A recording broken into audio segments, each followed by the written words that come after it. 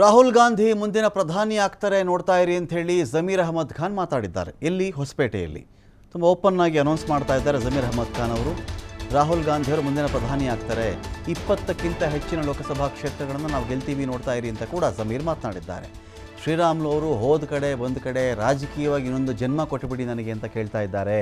ಪುನರ್ಜನ್ಮ ಕೊಟ್ಟುಬಿಡಿ ನನಗೆ ರಾಜಕೀಯವಾಗಿ ಅಂತ ಶ್ರೀರಾಮುಲು ಅಂಗಲಾಚ್ತಾ ಇದ್ದಾರೆ. ಇದರ ಅರ್ಥ ನಿಮಗೆ ಅರ್ಥ ಆಯಿತಾ? ಅವರು ಸೋಲು ಒಪ್ಕೊಂಡಿದ್ದಾರೆ ಅಂತಲೇ ಅರ್ಥ. ಈ ರೀತಿ ಶ್ರೀರಾಮುಲು ಅಂಗಲಾಚ್ತಾ ಇದ್ದಾರೆ ಅಂದರೆ ಅವರಿಗೆ ಸೋಲಿನ ಭೀತಿ ಶುರುವಾಗ್ಬಿಟ್ಟಿದೆ. ಆ ಕಾರಣದಿಂದಾಗಿ ಪುನರ್ಜನ್ಮ ಕೊಟ್ಟುಬಿಡಿ ರಾಜಕೀಯವಾಗಿ ಅಂತ ಕೇಳ್ತಾ ಇದ್ದಾರೆ ಅಂದರೆ ಸೋಲ್ತಾ ಇದ್ದಾರೆ ಅಂತ ಅರ್ಥ. 2 ಲಕ್ಷ ಮತಗಳ ಅಂತರದಿಂದ ತುಕಾರಾಮ್ ಇಲ್ಲಿ ಗೆಲ್ತಾರೆ ನೋಡ್ತಾ ಇರಿ. ನನ್ನ ಮಾತು ಕೇಳಿ ನೀವು, ಅವ್ರು ಗೆಲ್ತಾರೆ ನೋಡ್ತಾ ಇರಿ.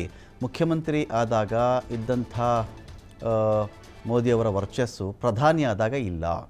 ಅವರೇನು ಪ್ರಧಾನಿ ಆದರು, ಮೊದಲು ಮುಖ್ಯಮಂತ್ರಿಯಾಗಿ ಒಂದು ವರ್ಚಸ್ಸಿತ್ತು. ಪ್ರಧಾನಿ ಆದ್ರಲ್ಲ, ಆಗಿದ್ದದ್ದು ಮೋದಿಯವರು ಬೇರೆ. ಈಗ ವರ್ಚಸ್ ಇಲ್ಲವೇ ಇಲ್ಲ ಅವ್ರಿಗೆ. ಅಸೆಂಬ್ಲಿ ಚುನಾವಣೆ ವೇಳೆಯಲ್ಲಿ 130 ಸೀಟ್ ಗೆಲ್ತೀವಿ ಅಂತ ಹೇಳಿದ್ದೆ. ಲೋಕಸಭೆಯಲ್ಲಿ 23ರಿಂದ 25 ಸೀಟನ್ನು ಗೆದ್ದೇ ಗೆಲ್ತೀವಿ ನೋಡ್ತಾ ಇರಿ ಅಂತ ಜಮೀರ್ ಅಹಮದ್ ಖಾನ್ ಮಾತಾಡಿದ್ದಾರೆ. ಒಪ್ಕೊಂಡಿದ್ದಾರೆ ಭಯದಿಂದ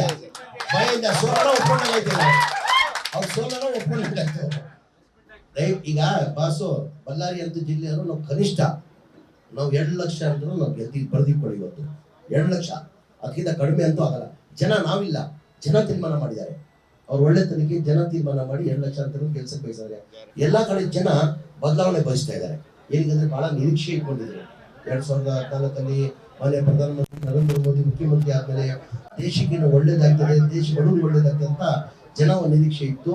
ಹೋದ ಸತಿ 2019 ಏನ್ ಮೋದಿ ಕ್ರೇಜ್ ಇದ್ದಿದ್ದು ಈ ಬಾರಿ ಕ್ರೇಜ್ ಕಾಣ್ತಾ ಇಲ್ಲ. ಮಾಧ್ಯಮದಲ್ಲಿ ಸತ್ಯ, ಮಾಧ್ಯಮದವ್ರು ಹೇಳ್ತಲ್ಲ ಅಷ್ಟೇ. ಮಾಧ್ಯಮದವ್ರು ನಮಗೆ 100% ಸಪೋರ್ಟ್ ಮಾಡೋದ್ ಬೇಡ, 10% ಸಪೋರ್ಟ್ ಮಾಡ್ಬೇಡಿ.